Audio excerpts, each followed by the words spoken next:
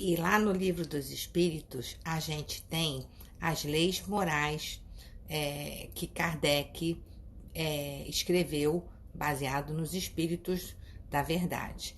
E uma das leis morais é a lei do trabalho, que é sobre o que nós vamos conversar hoje.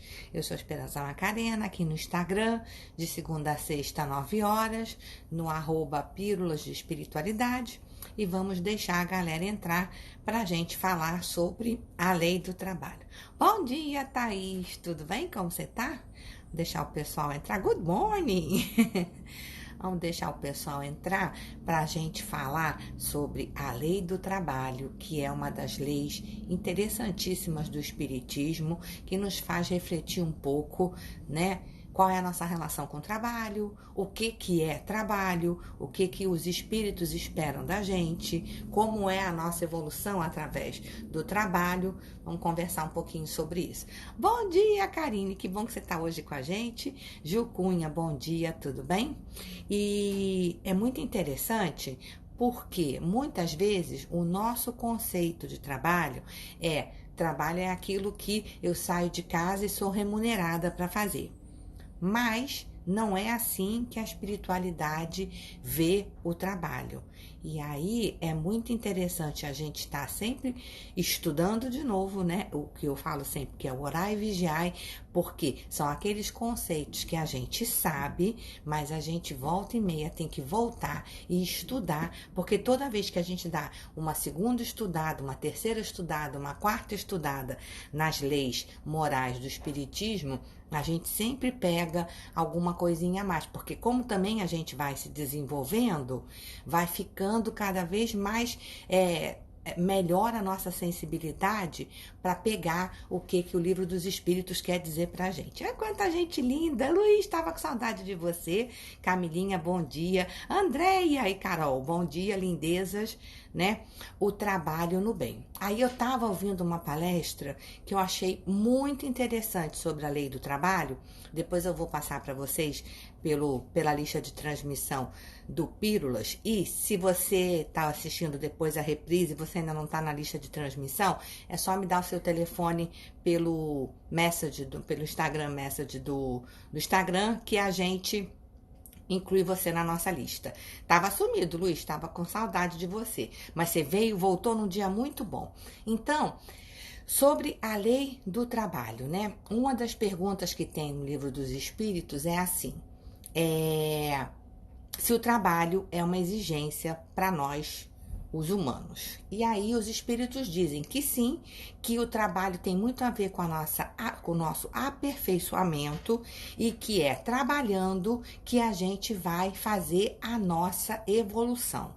Aí o Kardec pergunta assim, mas, por exemplo, os animais, tudo que eles têm, que eles precisam, tem na natureza, né? Então, eles não estão sujeitos à lei do trabalho? Aí os espíritos respondem, não. Os animais, tudo que eles precisam tem na natureza sim, mas ainda assim eles têm que buscar. Porque, por exemplo, o leão tem que caçar, né? Todos os animais, para fazer o seu ciclo da alimentação, eles têm que caçar. Mas a diferença dos animais para nós, os humanos, é que os animais não estão sujeitos à lei do progresso.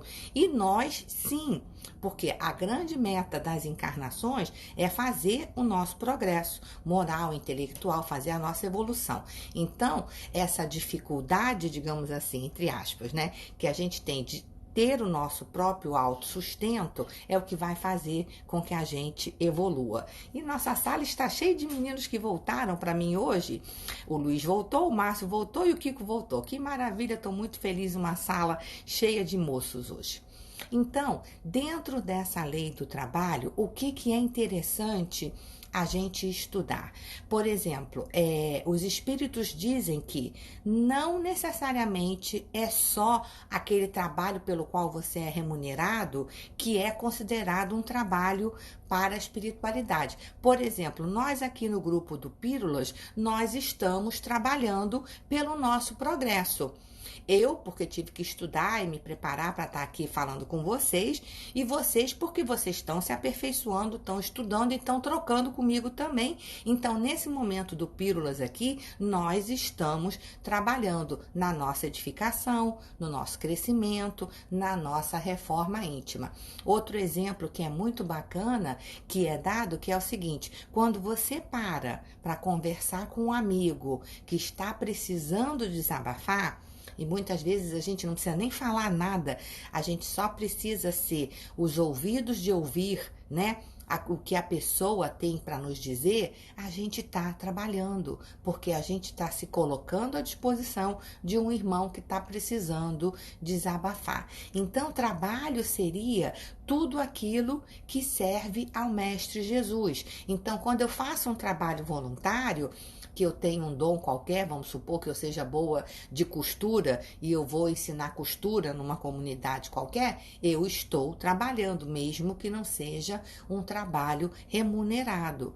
Quando eu dou assistência aos meus pais, que já não conseguem, com o seu próprio trabalho, se sustentar, eu estou, às vezes, tendo que ter um trabalho duplo, não só para me sustentar e sustentar minha família, como para sustentar meus pais também. Eu estou honrando meu compromisso do honrar pai e mãe, que a gente fala no Evangelho. Então, o trabalho, segundo o Livro dos Espíritos, é algo muito maior do que simplesmente a gente sair de casa para trabalhar. Bom dia, Beth, como você tá? Tudo bem?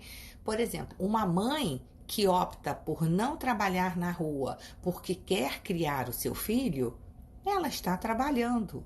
E muito, porque é um trabalho que quem é mãe, quem é pai sabe que não é mole criar uma criança. Então, não necessariamente o trabalho no Livro dos Espíritos é só aquele trabalho pelo qual a gente é remunerado. O conceito do trabalho é muito mais amplo, no sentido de que toda vez que a gente se coloca em movimento para servir ao próximo e para ser útil, tem sempre essa palavra no Livro dos Espíritos: quando eu sou útil, eu estou trabalhando. Não é interessante essa reflexão? E aí tem uma outra pergunta no Livro dos Espíritos que fala uma coisa muito interessante: do trabalho até a exaustão. E aí os espíritos falam assim: muitas vezes a gente vai criar necessidades extras que a gente a rigor não precisaria, e aí a gente tem que trabalhar muitíssimo para atender aquelas necessidades, e aí a gente vai ter que trabalhar até a exaustão, porque a gente entrou numa vibe, digamos assim, de consumismo, né? Eu quero trocar o meu carro, eu quero trocar uma casa, eu quero sei lá o quê. E aí, para eu conseguir esse dinheiro, eu vou ter que trabalhar muito além da conta para conseguir manter esse padrão de vida que a gente inventou. Que se a gente vivesse com mais simplicidade, a gente não precisaria trabalhar tanto. Então, aí também cabe uma reflexão que é maravilhoso a gente ter a ambição, é maravilhoso a gente desejar mais, é muito legal a gente querer proporcionar para os nossos filhos, nossos amores, uma condição de vida melhor, mas que a gente tem que vigiar um pouco se isso não está deixando a gente exaurido, né? Se a gente não está trabalhando até a exaustão, muitas vezes prejudicando a nossa saúde física, em nome de necessidades que não são nossas, são necessidades que a gente inventou pra gente. Então, essa também é uma reflexão muito interessante. Essas leis morais do Espiritismo são várias. Hoje eu estou falando sobre a lei do trabalho, mas tem também a lei do progresso, tem a lei da destruição, que é muito difícil de entender. Aí, se vocês gostarem, a gente pode cada dia, uma vez por semana, falar sobre uma dessas leis, porque é muito interessante, porque Kardec pergunta aos espíritos alguns pensamentos que vão ser, digamos assim, os pilares da doutrina espírita. E é muito interessante, por mais que a gente estude, eu estudei o Livro dos Espíritos, gente, eu acho que foi em 2003, 2004, mas a gente sempre tem que estar voltando, porque a cada vez que a gente vai evoluindo, a gente sempre vai aproveitar uma outra coisa que a gente naquela época que estudou não tinha prestado tanta atenção. Até porque a gente também vai mudando, as nossas questões vão mudando, né? E coisas que a gente passa batido quando a gente faz o estudo a primeira vez, a gente volta e meia, volta lá no Livro dos Espíritos e estuda de novo e vai toda hora se aperfeiçoando e toda hora progredindo. Eu acho, Andréia, é uma dificuldade entender o Livro dos Espíritos. Eu acho que se você não fizer isso dentro de um estudo sistemático, sozinha, é muito difícil. O Evangelho eu acho até que dá para estudar sozinha, mas o Livro dos Espíritos eu acho ele muito difícil. Eu fiz lá no Las Teresa, se você quiser eu te dou o endereço em Copacabana, e são 2 anos estudando o Livro dos Espíritos, uma vez por semana. É difícil, eu acho complicado. Eu tive um professor excelente que, poxa, destrinchou tudo para mim. O próprio Divaldo fala que o Divaldo passa 30 e tantos anos da vida dele estudando o Livro dos Espíritos. Então, assim, não é um livro fácil. Mas à medida que a gente vai estudando e vai repetindo e vai vendo as perguntas que o Kardec faz, vendo como os espíritos respondem, mais faz sentido para a gente. Eu acho que é legal a gente começar o Livro dos Espíritos num estudo sistemático mesmo, numa casa espírita, e aí a partir daí a gente pode continuar sozinho. Mas eu vou mandar esse vídeo para vocês, que é um grupo muito bom que tem no YouTube, que eles fazem uma leitura bem bacana, ajuda muito a entender o Livro dos Espíritos, né? E eu fiquei com essa coisa da lei do trabalho pelo seguinte, que eu estou de férias, né? Oficialmente eu estou de férias, apesar de ter trazido meu notebook e tá fazendo algumas coisinhas, etc e tal, eu estou de férias, né? Mas hoje em dia, gente, a gente estar de férias não quer dizer que a gente não continua trabalhando, né?